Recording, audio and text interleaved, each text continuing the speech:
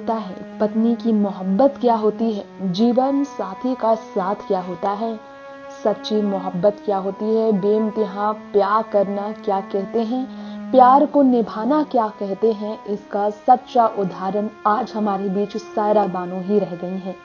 दिलीप साहब और सायरा ने एक दूसरे के साथ रिश्ते को हर मुश्किल घड़ी में निभाया। दूरियां आई, गिले शिकवे हुए, लेकिन जिंदगी के आखिरी सांस तक दिलीप ने सायरा बानो के साथ रहकर जिंदगी गुजारी। संतान नहीं थे, उससे शादी हो गई थी।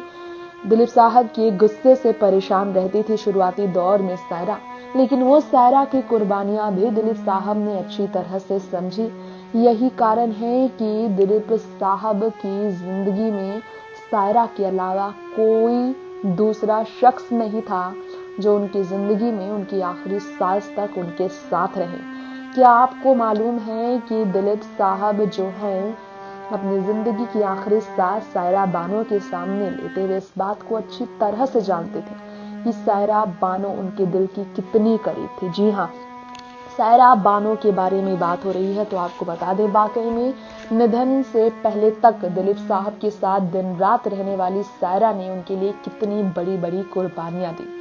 सायरा ने सबसे पहले दिलीप साहब के साथ 22 साल उनसे उम्र में छोटी होने के बावजूद करियर के पीक पर शादी तो कर ली, क्योंकि वो उनके क्रश थे, लेकिन शादी के बाद कभी कोई फिल्म ही नहीं की। शादी के बाद उन्होंने घर रहकर सिर्फ दिलीप की सेवा ही की। संतान नहीं हुआ, लेकिन फिर भी दिलीप साहब को दिन रात उनकी खुशियों की परवाह, उनकी सेहत की चिंता, उनकी देखभाल, उनकी हर जरूरत की चीजें, उनके परिवार को संभालना, सायरा ने उसे ही अपनी जिंदगी बना लिया और अपने सपनों की कुर्बानियां दे दी।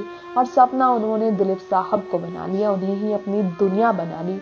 इसके अलावा जब सालों तक सायरा बानो की पहली प्रेगनेंसी के दौरान मिसकैरेज के बाद जब सायरा की संतान नहीं हुई और दिलीप का नाम आसमा खान के साथ जुड़ा, तब भी सायरा ने दिलीप साहब का साथ नहीं छोड़ा।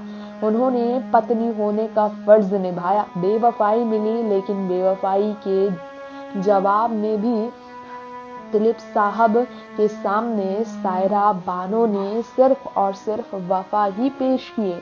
और यही वफाई, यही कुर्बानियां अपने दिल पर पत्थर रखकर उन्हें दूसरी पत्नी के पास देखकर भी उन्हें मोहब्बत देने वाली सायरा ने उन्हें इतना अपनाया कि 98 की उम्र तक अपनी जिंदगी बेहतरीन तरीके से जीकर तमाम बीमारियों के बावजूद दिलीप साहब को कोई कष्ट ना हो, इस बात का ख्याल रखते हुए सायरा ने ना तो बॉलीवुड फंक्शन अटेंड की, ना कुछ अटेंड किया। दिलीप साहब जब से बीमार पड़े थे पिछले 10 सालों में, सायरा भी उनके साथ चार दीवारी के अंदर घर में ही कैद रहने लगी।